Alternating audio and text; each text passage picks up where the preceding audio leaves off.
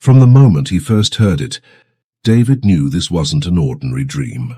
He was standing in the familiar confines of his sleek Manhattan apartment when the chant began, soft, urgent, and entirely indecipherable. At first, he thought it was the hum of the city, the distant wail of a siren slipping through his window, but night after night, the same whisper threaded through his sleep, weaving itself into his thoughts and tugging him toward something, just beyond his reach. By the third week it had jolted him awake. He bolted upright, heart-pounding, sweat slick on his brow. The room was pitch dark, but he could feel the tremor of revelation vibrating through his chest. It was as if that ancient voice was right there beside him, insisting he remember something he'd long forgotten.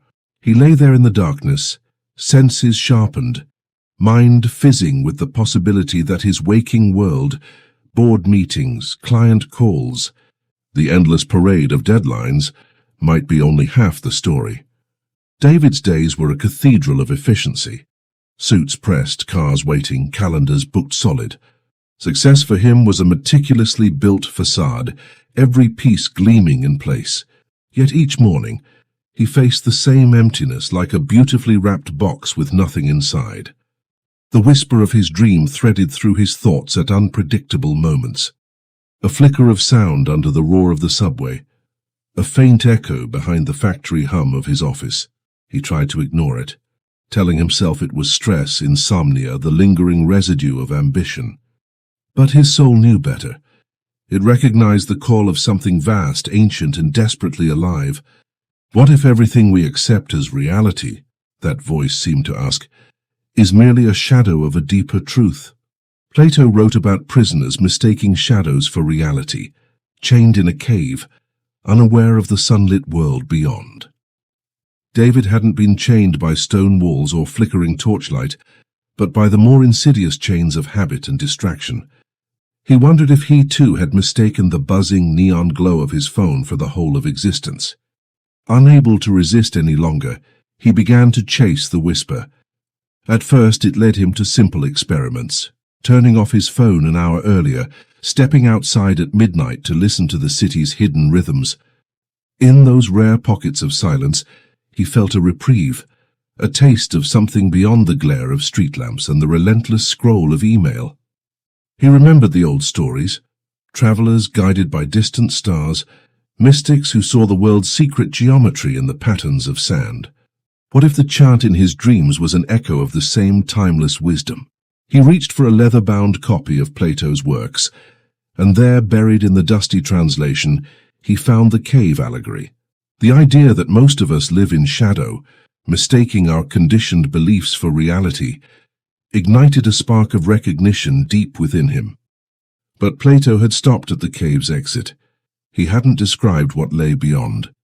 David wanted more. He longed for the brilliance of the sun itself, that blinding clarity of truth. And so the whisper persisted, weaving its way into boardrooms and taxicabs, through crowded subways and lonely hotel corridors. It refused to be ignored, because it carried a promise. Beyond the sterile skyscrapers and the routines we cling to, there exists a realm where life hums with a different frequency, one that vibrates with purpose, unity, and unspoken possibility. As dawn lightened the sky on the morning of his breakthrough, David sat up, pen and notebook in hand, ready to map his journey. He had no guarantee that the path would be easy. In fact, he suspected the obstacles would be many: fear, skepticism, the seductive pull of normal life. But something in him had been irrevocably awakened. The chant was no longer just a dream, it was a summons. Tonight, when you close your eyes, listen for that same whisper. It may slip beneath the din of your own routine, emails, errands, the steady hum of daily demands. Lean into it, even if it feels unsettling, because beneath every surface you know there lies a current of truth waiting to pull you beyond your self-imposed shadows. And in that twilight territory between sleep and waking, you just might find the first glimmer of a reality, far richer than you ever dared imagine.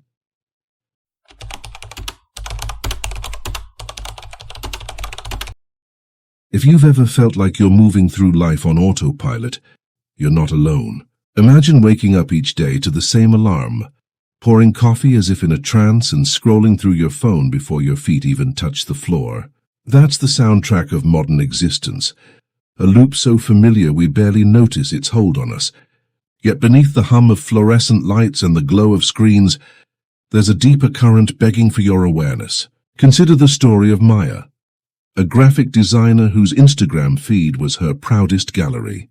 Each day she curated perfection, flat-lay breakfasts draped in natural light, color-coordinated outfits, vacation snapshots that whispered, "Look how fulfilled I am." But behind the filters, Maya's soul was gasping for air. Late at night, she'd scroll until her eyes burned, chasing the next hit of affirmation. Comments and likes became her currency, proof that her life was good enough. Yet on the subway, earbuds in place, she felt more disconnected than ever, as if everyone was racing in a direction she couldn't even see. Jean-Paul Sartre called this state bad faith, the lie we tell ourselves to avoid the confronting truth of our freedom. In his mid-20th century Parisian cafes, he watched patrons sip coffee and mumble excuses about having to be someone they weren't. They surrendered their power to myriad have-tos, the corporate ladder, social expectations, the fear of judgment. Much like Plato's cave dwellers, they accepted the shadows on their walls, emails, news feeds, to-do lists, as the sum total of reality. But long before Sartre and Plato, sages of lost civilizations had warned of this very trap. In the Bhagavad Gita, the warrior Arjuna stands paralyzed on the battlefield, overwhelmed by duty and doubt. Krishna reveals that most souls fight invisible enemies: attachment to outcomes, relentless desire, the illusion that the material world defines who we are. And in the ruins of ancient Mesopotamia, we find fragments of Enki's wisdom tablet, advising seekers to step away from the endless current of the city to hear the whisper of their own hearts. Maya never studied Sanskrit or dusted off cuneiform tablets. Her awakening began when her roommate dared her to shut off all devices for 24 hours. The first few hours felt like withdrawal, hands twitching, mind jittering for notifications. But as the afternoon sun drifted across the hardwood floor, Maya noticed her breath for the first time in weeks. A slow inhale, a slow exhale, and she realized how little space she'd given herself to simply be. For a moment she felt panic. What if she'd missed something? What if she fell behind? Yet in that quiet, she discovered something more valuable than any double tap: perspective. She saw how much of her life had been dictated by algorithms and expectations, how her identity had become a collage of other people's highlights. With each forced pause, the gears of her mind unclenched, revealing a longing for authenticity she'd long buried beneath hashtags and filters. This is the matrix we live in, a carefully constructed reality of deadlines and distractions that keeps us chained to our devices and away from our own inner world. Every ping of an email is a call to a meeting we never really wanted. Every highlight reel a reminder of our perceived inadequacy. And so we nod and smile, surrendering our attention because the alternative, facing the silence, facing ourselves, feels terrifyingly vast. But here's the twist. This very fear is the crack in the cage. It's the itching tension that tells you something's out of place. When Maya said no to scrolling, she said yes to something she couldn't yet name: the pulse of her own life. And you can too. Tonight, try a small act of rebellion against the matrix. Before bed, turn off your phone. Sit with your thoughts for just 5 minutes. No music, no podcasts, no endless news cycle. Notice the silence. Feel the weight of your body on the mattress. Ask yourself, which habit have I never questioned? Maybe it's the ritual of checking emails first thing in the morning, or the quick scroll before sleep. Maybe it's a conversation you've stopped having with yourself altogether. These habits aren't innocent. They're the walls of your personal cave. And the first step in dismantling those walls is awareness. As you sit in stillness, you'll begin to feel the tug of deeper currents, whispers that say, There's more to life than this. Don't rush past them, lean in. Ask, what has been hidden by the glow of my screen? What truths do I keep trading for convenience? The journey out of autopilot isn't about rejecting technology or modern life. It's about reclaiming your agency. Plato's freed prisoner didn't shun the sun. He returned to the cave to help others see it. Maya didn't delete her social media.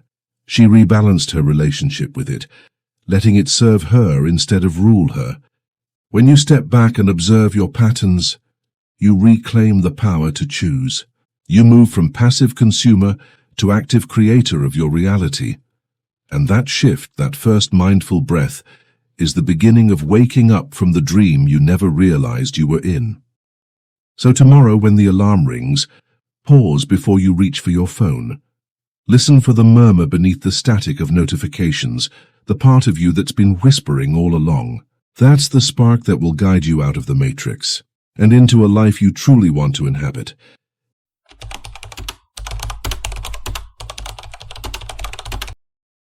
Long before the skyscrapers of Manhattan cast their long sterile shadows across glass storefronts, there was a man so shrouded in mystery that people whispered legends of his power. They called him Hermes Trismegistus, the thrice great sage who wandered the Egyptian deserts, returning only after 40 days of silent vigil. No one knew precisely what he discovered in that solitude, but the scrolls he carried back spoke of a single, electrifying truth. All is mind. Imagine a time when words themselves were considered sacred vessels. Each symbol, each syllable, was etched into parchment with reverence, as though the very act of writing could conjure worlds. In the dim light of oil lamps, scribes transmitted fragments of Hermes's teachings, later compiled into what we now call the Corpus Hermeticum.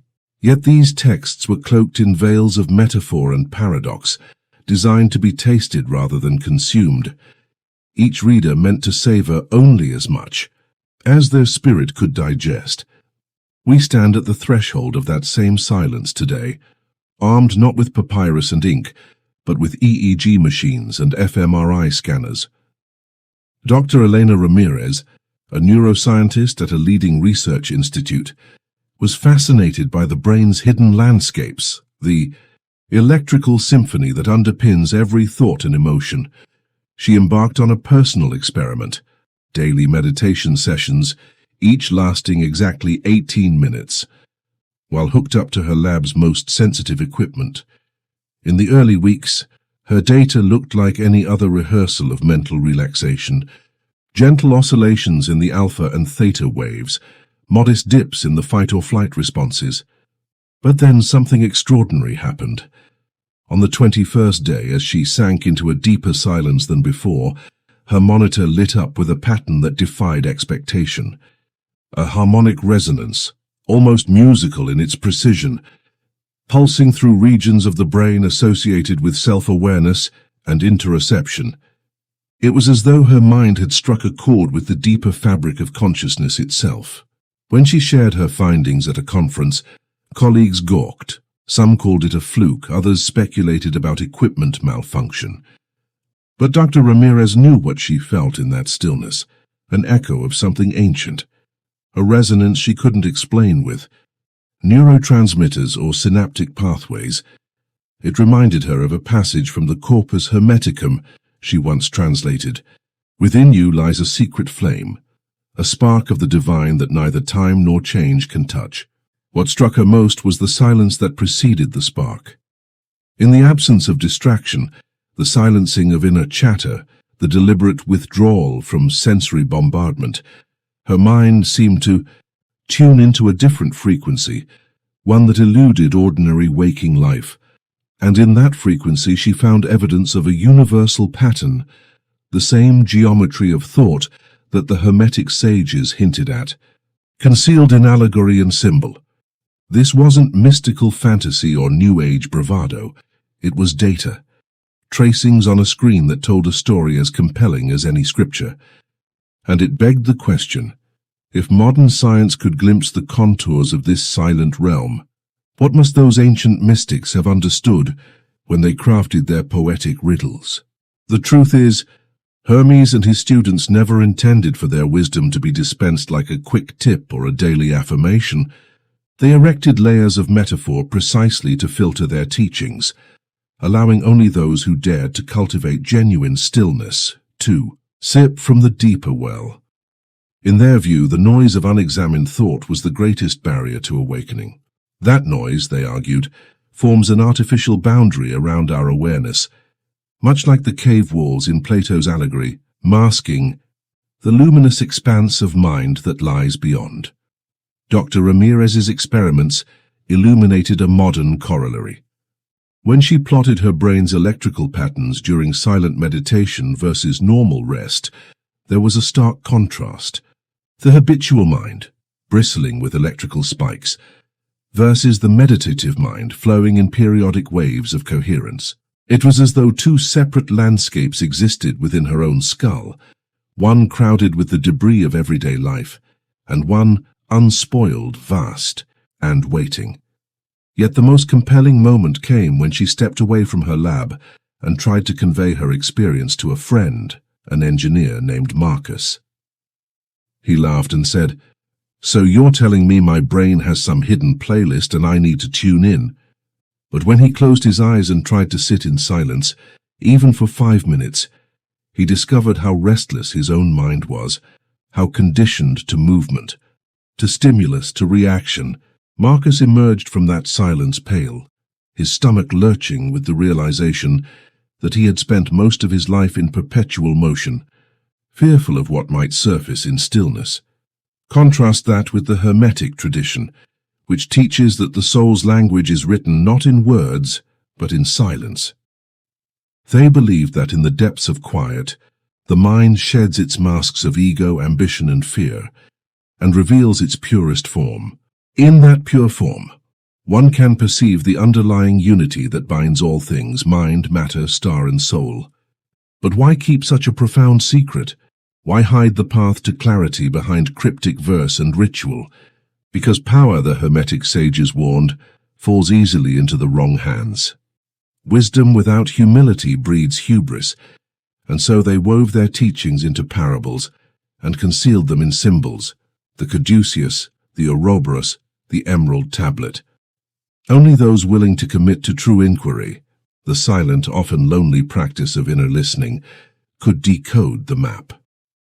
As you watch this, you're at a crossroads of your own. You can skim articles on how to meditate, tick off a checklist of morning rituals, and chalk up any pleasant tingles as progress. Or you can step into the silence and confront the abyss of your own conditioned mind. You can devote the same curiosity scientists bring to their EEG machines and ask, what patterns lie hidden beneath my habitual thoughts? What rhythms of coherence pulse just beyond the chatter? The journey isn't painless. Silence stirs the sediments at the bottom of the psyche. Old wounds, unexamined fears, fragments of identity that cling like barnacles. But within that churning undercurrent lies the spark Hermes described. The secret flame that, once ignited, illuminates the vast cathedral of consciousness. Dr. Ramirez's research offers a map, sketched in brain waves and neural resonances. Hermes's scrolls offer a compass, pointing toward the depths of stillness, with metaphors woven of stars and stone. Together they converge into an invitation, not to chase quick fixes or hollow experiences, but to cultivate a quality of presence so profound that you begin to perceive reality as it truly is. Alive, interconnected, and whispering secrets older than memory.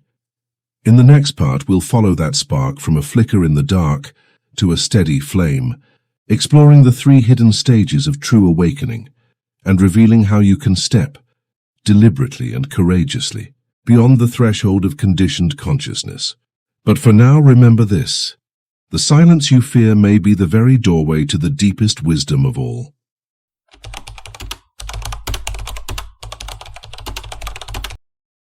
The first time I noticed it, I was sitting alone in my apartment at dawn, a single candle guttering beside me.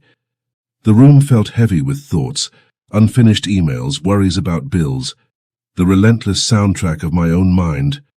Then in that fragile silence I heard it. My own heartbeat, steady and insistent, like a secret drum calling me home. In that moment something inside me clicked. It was as if I'd struck a flint against stone and ignited a spark that had been smoldering beneath layers of routine and obligation. That spark, the sudden recognition that life is more than a series of tasks, marks the first stage of true awakening. Recognition. It isn't a flashy moment of revelation with light beams and orchestral swells. It's subtle, almost stealthy. A pang of wonder when you catch a butterfly hovering at your window, a sudden clarity that this breath, this moment, is all you truly own. For David, it was the whisper in his recurring dream. For Maya, it was the restlessness she felt when her phone was off. And for you, it may arrive as a flicker of discomfort in your body, or a question that won't let you sleep. Is this really all there is? But a spark alone can't thaw the frost of habit. The flame needs oxygen, and here enters the second stage, release. Release is the painful letting go of everything that smothers your light. Old identities, limiting beliefs, the voice in your head that says you're not enough. Imagine a traveler shedding heavy winter coats under a scorching sun, feeling exposed yet exhilarated by the sudden lightness. In Hermetic lore they called it the work of the black phase, facing your inner shadows until they dissolve. In modern psychology it's known as shadow work, confronting repressed fears and fragmented self-images. Take Rachel, a marketing consultant who'd built her career on being perfect. When she first tried to meditate, her mind erupted with every mistake she'd ever made. Shame, doubt, anger, all the ghosts she'd buried surged to the surface. Rather than running, she leaned in. She journaled each fear, breathed into each wound, and watched them transform from jagged shadows into mere memories. That release felt like unclenching a fist. Painful, yes, but cathartic, and absolutely necessary for a flame to burn brightly. Finally, when the smoke of release has cleared, you enter the third stage, rebirth. Here the flame gains strength and steadies into a beacon. In ancient alchemical texts, this was the transformation from nigredo to albedo to rubedo, blackness to whitening to reddening, symbolizing death, purification, and new life. In your own story, rebirth is that moment when you no longer chase external validation, because you know your worth is inherent. It's walking into sunlight after a long night, skin warmed by the truth that you are both the flame and the tinder. I remember Gabriel, who'd battled chronic anxiety his entire adult life. After months of practicing mindful breathing, feeling each inhalation like a wave washing over his nerves, he noticed a shift. One morning, he didn't feel the familiar churn of dread as he stepped out of bed. Instead, he stood in the doorway, eyes clear, heart calm, and felt paradoxically more alive than ever. That was rebirth. Not a momentary high, but a sustained presence in which every heartbeat felt like homecoming. These three stages aren't strictly linear. They circle back on each other like dancers in a spiral. Recognition may flicker again after rebirth, calling you to deeper release. Release may reveal fresh facets of self to recognize, and each cycle fans the flame brighter, until your inner light guides you through the darkest nights. So when the whisper stirs in your dreams or the edges of your mind, don't rush past it.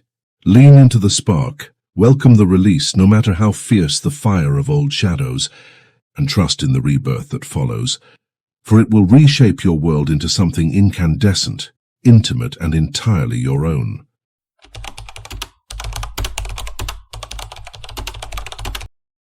Elena wasn't always the calm presence her students now describe.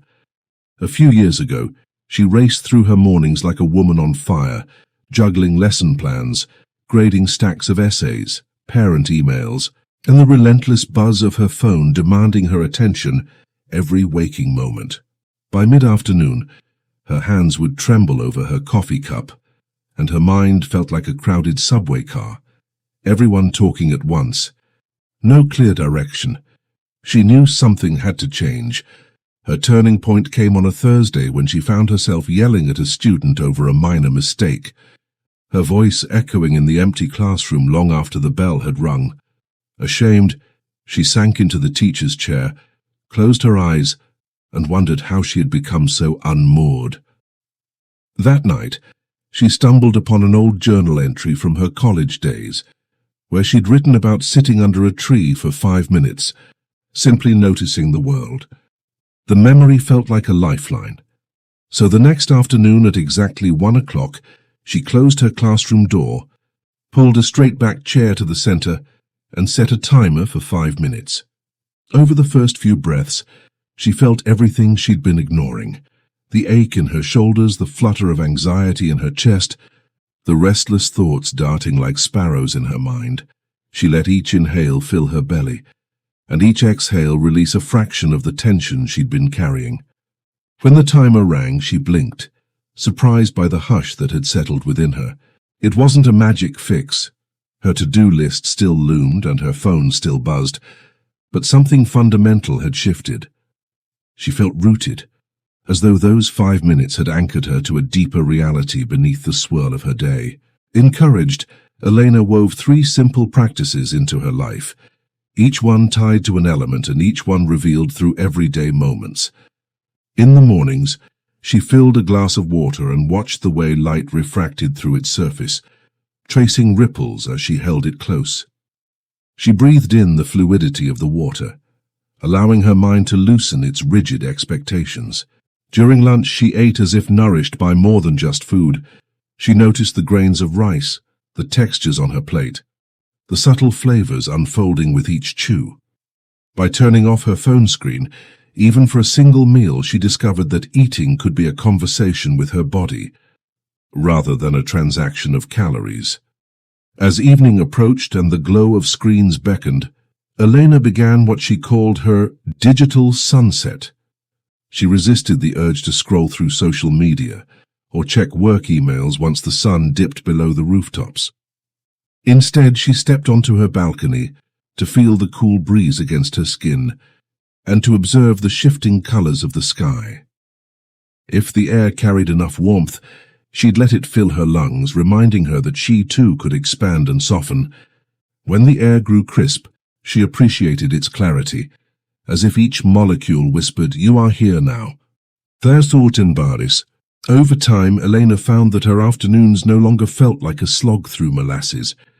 She responded to crises with a steadier voice and held space for her students in a way that felt authentic instead of forced. Grading papers became an act of service, not a chore. Parent-teacher conferences became genuine conversations rather than performances. She rediscovered why she became a teacher in the first place, reigniting a spark that went far beyond professional pride.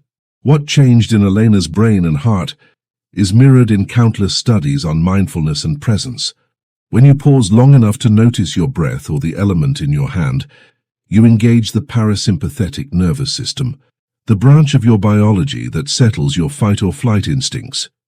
You give your cortex room to catch up with the rest of your body, to assess situations with clarity instead of reactivity.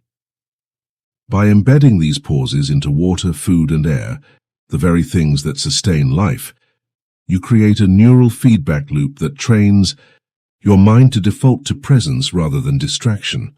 But be warned, the path to soul-led clarity is strewn with common pitfalls.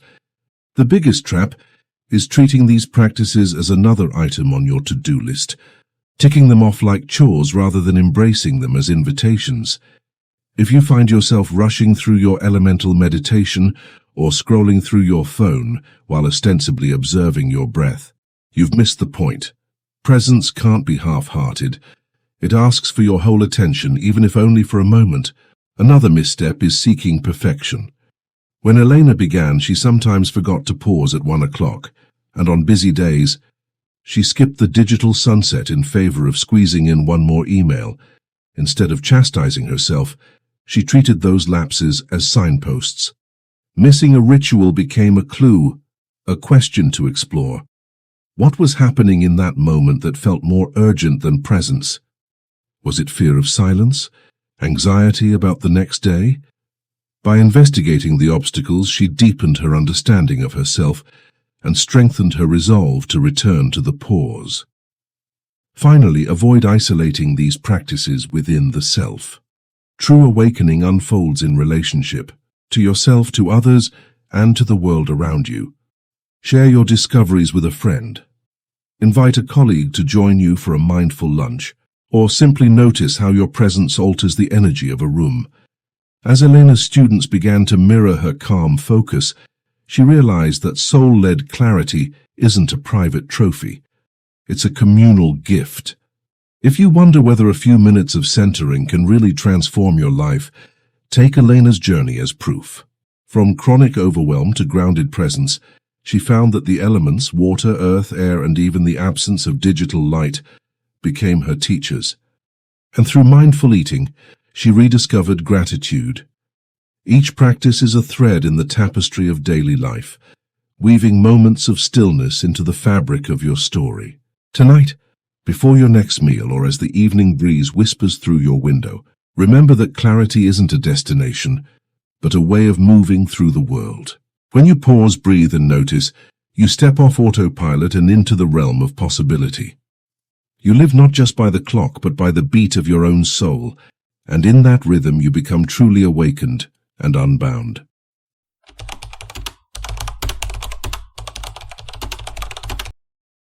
When I first encountered the Sufi practice of muraqabah, or watching the heart, I was sitting on a creaky wooden bench in a sunlit courtyard, the scent of jasmine hanging heavy in the air.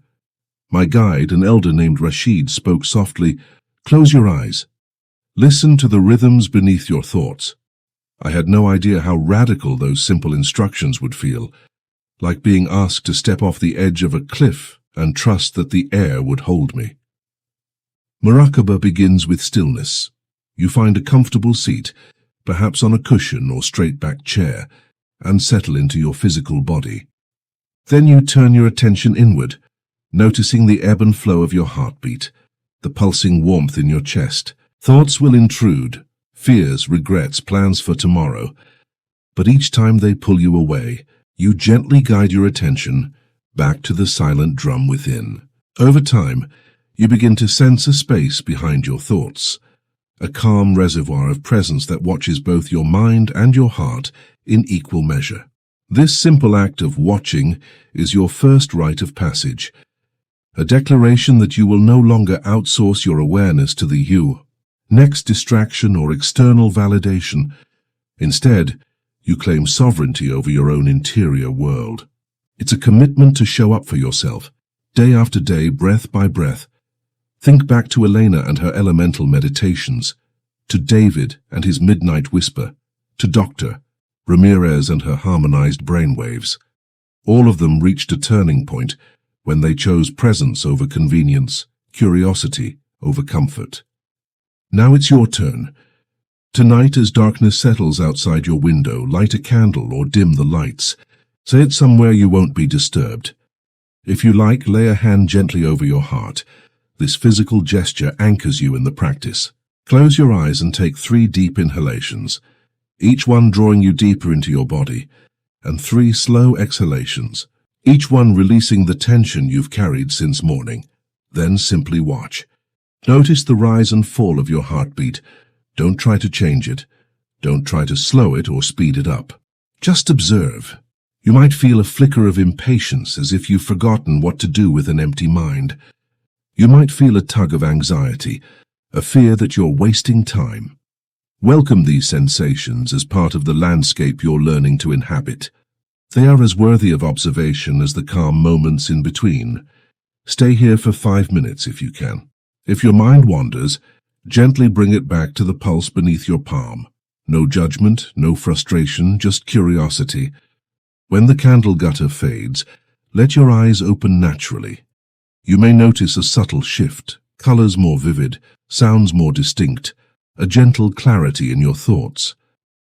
This is the echo of your soul's call, reverberating through your nervous system. It's a whisper that says, "You are here, you belong." Now take that whisper out into the world.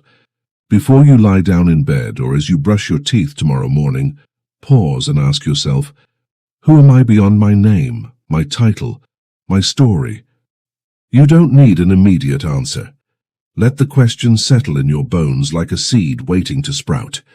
I invite you to share one insight, one question, or even one challenge you faced during your 5 minutes of watching the heart. Drop it in the comments below. Your words may light a spark in someone else's practice. Remember, this rite of passage isn't a one-off event or a checklist item. It's the threshold into a lifelong conversation with your own soul. You may find days when the call feels faint, drowned out by responsibilities or fatigue. That's precisely when you need to return to the bench, the cushion, or the chair, wherever you first claimed your attention, and watch again. Each return deepens your commitment and fans the flame of presence ever brighter. Ultimately, answering this call reshapes everything. You'll find yourself less reactive in the face of conflict, more patient in moments of waiting, and increasingly attuned to the subtle whispers of inspiration that guide you toward meaningful decisions. Your relationships will benefit because you will learn to listen more deeply. Your work will flourish because you will act from clarity rather than compulsion.